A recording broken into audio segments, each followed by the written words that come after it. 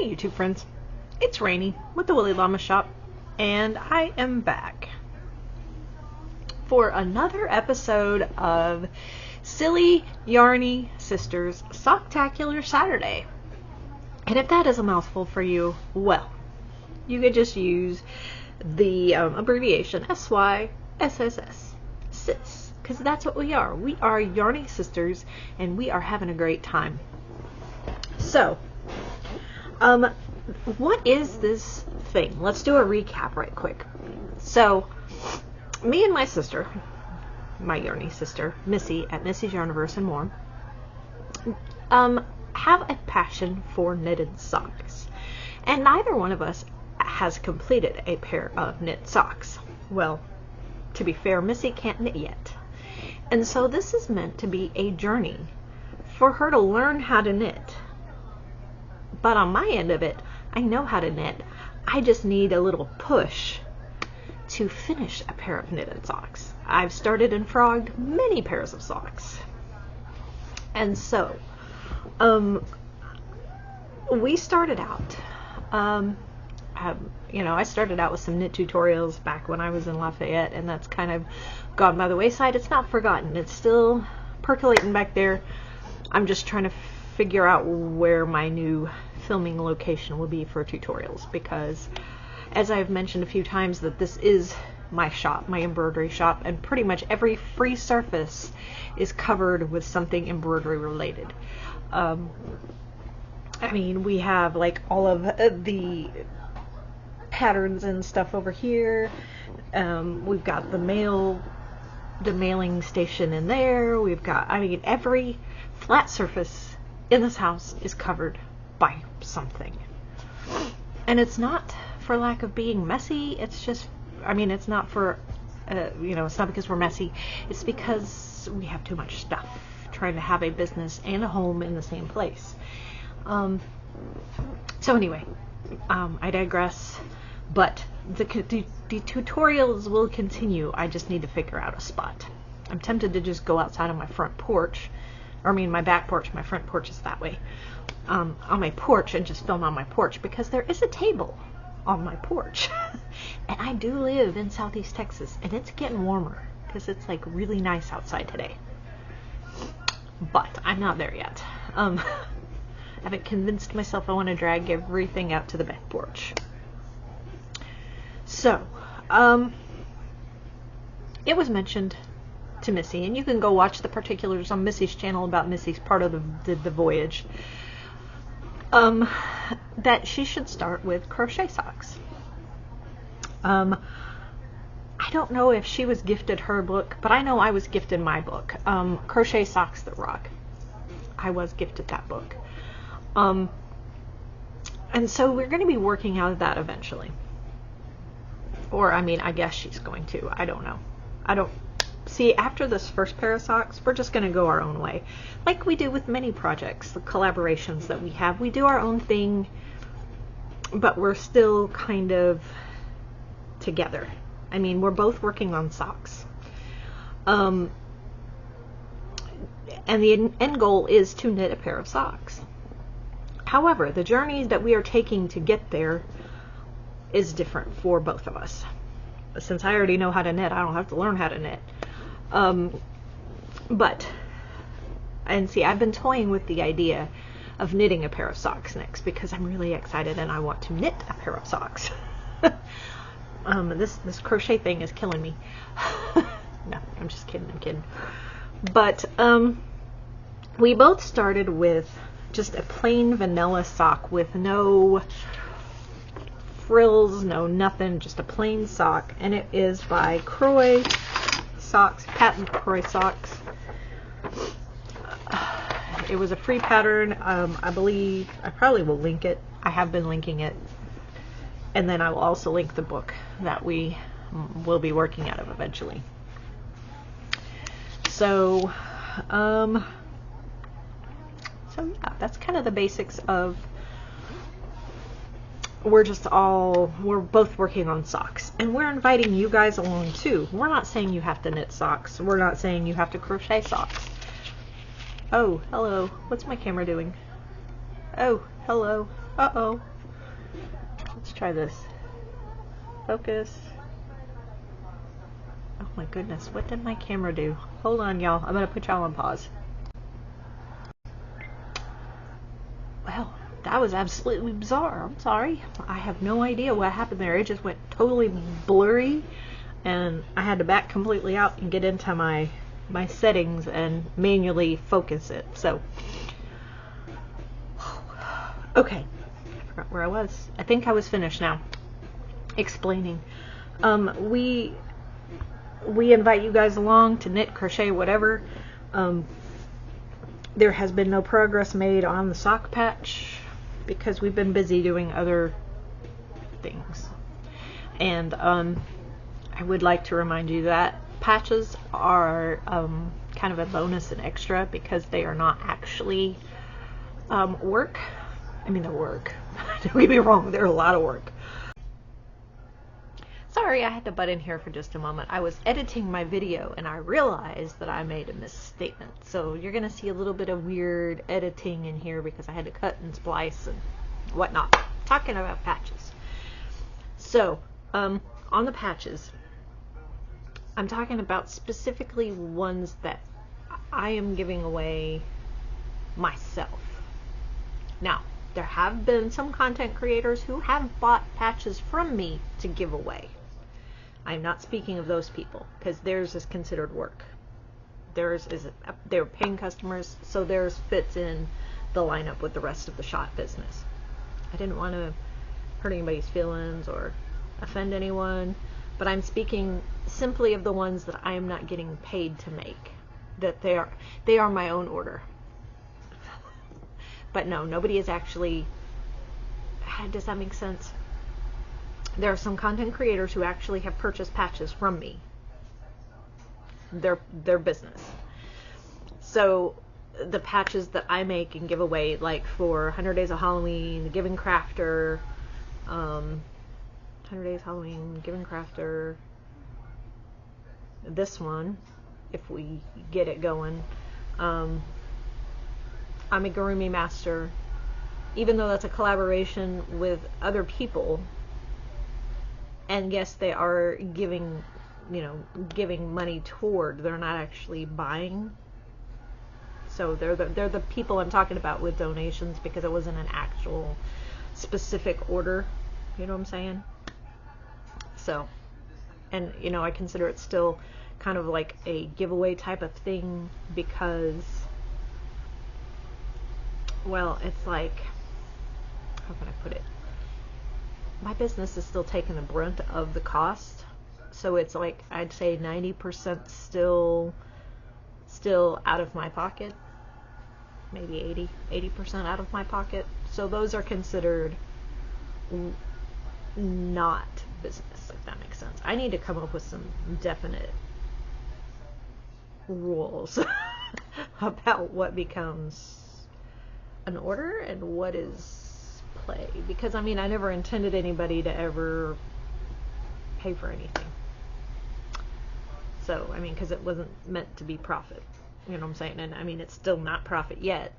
I'm not making a profit. So, but now when someone actually places an order, I guess that's where it becomes an actual job, is when somebody places an order.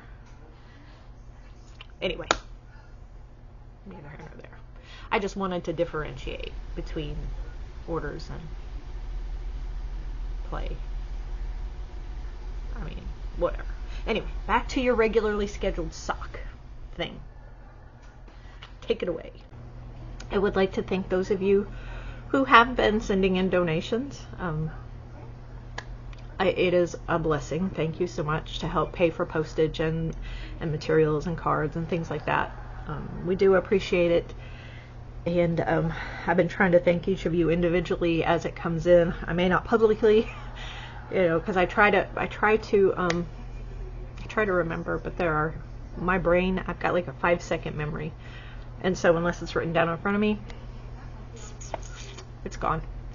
So that's kind of, this is where I'm going. If you have given us a donation, thank you. We do appreciate it. Very appreciated. It helps us to be able to do fun stuff like this. So And for those of you who have segments, shameless little plug here for my business, for those of you who have contests, competitions, collaborations, whatever, and you would like to give out these things, contact us. We'll see if we can hook you up with patches, because my husband's a wizard. He can do a lot. I won't say he can do anything, because we have met a few little challenges lately. But he can do a lot and make it look really great. So if you are looking for, I mean, I'm not saying the patches have to come just strictly from us. You can buy the patches and give them to your channel members or whatever. I have no qualms. And, you know, they're really quite reasonable compared to some people that make patches. But I'm off the patches now. And besides that, we're going to be doing this sock thing for quite a while. So we've got a long time to figure it out. Just keep watching if you're in it for the patch. If you're in it for the socks, thank you. If you're in it for the patch, well, there may or may not be one. I don't know why a sock is so hard for him. But I don't make the designs. So I'm just saying, I don't make the designs. So the progress on my socks. I am doing both socks at the same time, as you remember, probably about 2 or 3 weeks. My words are getting faster than my mouth. 2 or 3 weeks ago, I decided, I stole Missi's idea to work on both socks at the same time. So, this sock here is now up to the part where we do the heel. And this is how much progress I made on it. My lovely little stitch marker from Amie at Hooked on Wishing is marking our progress, even though it wants to always turn around backwards, and it doesn't matter which way I hang this thing, it always wants to be backwards. So she's shy, she doesn't want to show her face. So that is this one, ready for the heel. And then on this one, sorry, my nose, I was outside for a little bit and the allergies are already kicking my butt. So this one, I didn't get very much done on it because I was trying to catch this one up to this one, and I just kept going because this one is almost at the heel. I lack about, let's see, 1, 2, 3, so 6, about 9 rows. 9 more rows on this one, and it will be ready for the heel. And my little stitch marker, my trip to Holly Beach, I picked up a shell, 9/11/25. I went to Holly Beach and picked up some shells and made myself a stitch marker. Anyway, so yeah, about 9 more rows on my second sock, and I'll be ready to start the heel, or start the whatever, the next step. And so that is when I'd like to continue my sock tutorial, is up at that, to that point, because that's where I left off, was sewing, or not sewing, but crocheting that sock up to the length of the heel, and then I was gonna go from there. So I'd like to figure out the whole tutorial filming thing by next Saturday. So yeah, we may or may not get there, who knows. But yeah, that's my socks. So my cute little socks. There we go. And it's really cool because there's 9 rows in a repeat. So yeah, that's how I'm keeping track. And this one ended up having 3 rows past a repeat to get 14 centimeters. Because 14 centimeters worked out easier than the 5.5 inches I needed. And so, yeah. So, like I say, if y'all would like to join in and knit or crochet socks with us, you are more than welcome. You can send us your pictures. I can't guarantee they're going to go anywhere if you send them to me. I mean, I like to say that I'm going to start posting pictures of things that people send to me. But, quite honestly, I just enjoy the emails, and I'm a little selfish and I don't want to share. So, it's like they're mine. My precious. So, but I do truly enjoy all the emails that I've been getting from y'all. There's my 1 o'clock alarm.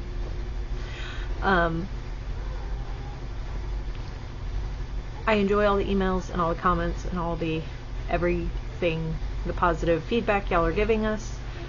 I don't know about Missy, but I truly enjoy it. Some of you are sharing stories with me that are very sweet, very heartfelt, and I love it.